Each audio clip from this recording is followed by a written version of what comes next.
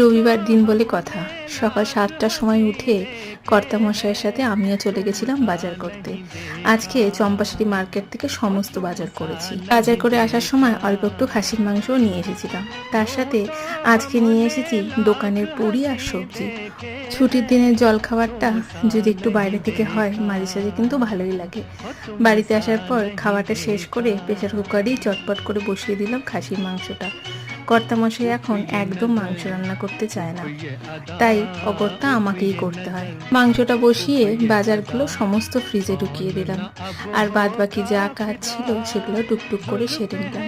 খাসির মাংসে যেহেতু আমি গরম মশলা ব্যবহার করিনি, তাই মোটামুটি জলটা শুকিয়ে গেলেই নামিয়ে দিয়েছি। সমস্ত কাজ বাজ শেষ করে একা একাই খেতে বসলাম, কারণ কর্তামশাই গেছে মাছ ধরতে।